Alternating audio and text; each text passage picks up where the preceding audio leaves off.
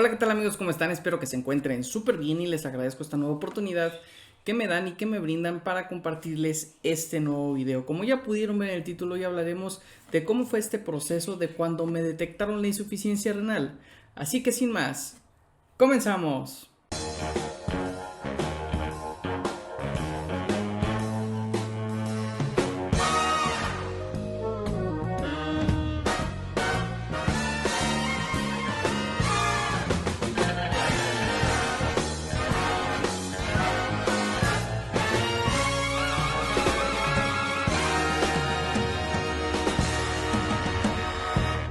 Pues ya vamos a empezar con este tema que creo que es bastante importante, bastante interesante y que es bueno compartir. La idea de hacer nuevamente un video de este tipo es ya que hace un par de semanas tuve la oportunidad de ser invitado en un live del canal de Rena Vida Oficial, en el cual pues abordamos varios temas y uno de ellos fue cómo fue esta etapa de mi inicio como paciente nefrópata. Entonces, ahora quiero aprovechar este espacio para contarles un poquito más de cómo fue este proceso al inicio cuando se me detecta esta enfermedad.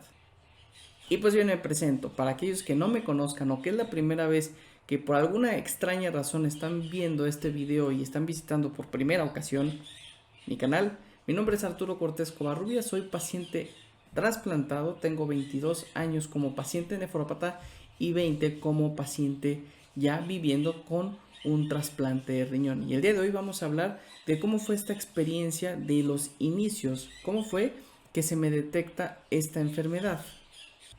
Pues bien, comencemos con el inicio. Tenía yo 14 años cuando empecé a sentir ciertos malestares que no eran normales, que no eran muy comunes, y esto era principalmente calambres, mareos, vómitos. Fue lo que yo empecé a notar, que pues obviamente algo andaba mal, que no andaba bien algo en mi cuerpo, pues. Al principio yo creía que esto de los calambres era derivado a que yo no entrenaba bien porque en ese tiempo yo jugaba mucho al fútbol. Entonces yo pensaba que era por la condición física, es decir, al no entrenar como se debe antes de jugar o no calentar bien, me estaba provocando este malestar por las noches, el tener calambres constantemente. Los mareos los atribuía a que pues probablemente no estaba comiendo bien. Lo que sí noté es que me empecé a poner como musculoso, pero no era que mi masa muscular estuviera aumentando, sino que era líquido retenido en mi cuerpo. Y pues esos fueron los síntomas más notorios que yo tenía en ese inicio. Posteriormente, pues obviamente las cosas se empezaron a agravar un poquito. El dolor de cabeza era constante, el vómito era diario. Entonces mi madre me lleva al hospital para que me haga una revisión de rutina, por así decirlo. Y es cuando tengo el primer contacto con un médico donde empezamos a ver esto de la insuficiencia renal. ¿Cómo se da esto? Me hacen estudios clínicos y me detectan que tengo anemia. Tenía anemia y necesitaba una transfusión de sangre, pero al mismo tiempo vieron que tenía la creatinina demasiado alta. Si mal no recuerdo, tenía 62. Para darnos cuenta de la magnitud del problema, la creatinina en sangre oscila entre 1 y 1.5 en hombres. Entonces, imagínense, yo tenía 62. Entonces fue de, ¿sabes qué? Hay que internarlo. Me internan. Y en ese momento, por la edad que yo tenía, pues yo no entendía muchas cosas, no entendía absolutamente nada. Y es así, gracias a estos estudios clínicos, que se toma la decisión de que tengo que estar internado para que me hagan más estudios y para saber a ciencia cierta qué era lo que me estaba sucediendo. Y pues fue curioso porque me llevaron al hospital, me internaron y me pusieron en una habitación donde habíamos 6 personas y yo era el más pequeño. Todos eran gente adulta y se veían mal. Entonces ahí dije, ok, algo no anda bien. ¿Por qué estoy aquí? Posteriormente, con el paso de las horas, entra una doctora y me empieza a hacer un tipo cuestionario y me empieza a hacer preguntas y preguntas sobre mi vida cotidiana, si tomaba, fumaba, etcétera. Muchas preguntas. Posteriormente a esto me dice que tendrían que hacerme una una radiografía de tórax y un eco en la parte de la espalda baja. Y pues yo no entendía absolutamente nada de estos términos, yo simplemente me decían, te vamos a hacer y pues está bien, háganlo, no me queda de otra, aquí estoy. Entonces, pues me empezaron a hacer más estudios y ya en la madrugada es cuando entra nuevamente esta doctora y me dice, ¿sabes qué? Te vamos a pasar a otra habitación donde te vamos a colocar debajo del ombligo una manguerita. Ese fue el término que utilizó la doctora, yo creo que por la edad. Si me hubiera dicho diálisis, obviamente yo no hubiera entendido en absoluto nada. Y de igual manera yo no entendía nada. Entonces pues fue, pues sí, va. Entonces es que me cambian de esa habitación a otra habitación. Ni siquiera fue en un quirófano, fue en otra habitación donde no había pacientes. Y es ahí donde me ponen mi primer catéter, un catéter rígido. Y créanme, me dolió hasta el alma. Fue una experiencia no muy bonita, porque sí me dolió bastante. Y es así como me ponen el catéter rígido. Este catéter estaba destinado para situaciones, tengo entendido, emergentes.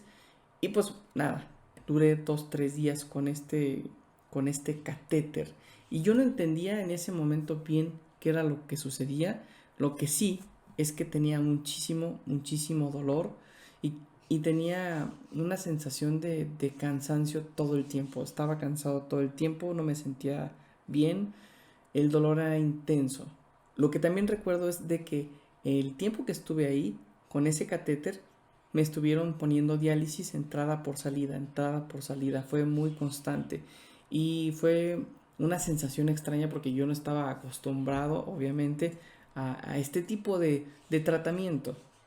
Y la verdad yo me sentía raro, incómodo, mal, tenía muchos sentimientos encontrados y pues a los 14 años pues uno no entiende todo este tipo de situaciones que suceden en un hospital con tu persona. Yo veía que mi mamá entraba y salía, hablaba con las enfermeras, con los doctores, pero no sabía qué más seguía, no sabía si iba a salir vivo. Esa es la verdad, no sabía nada.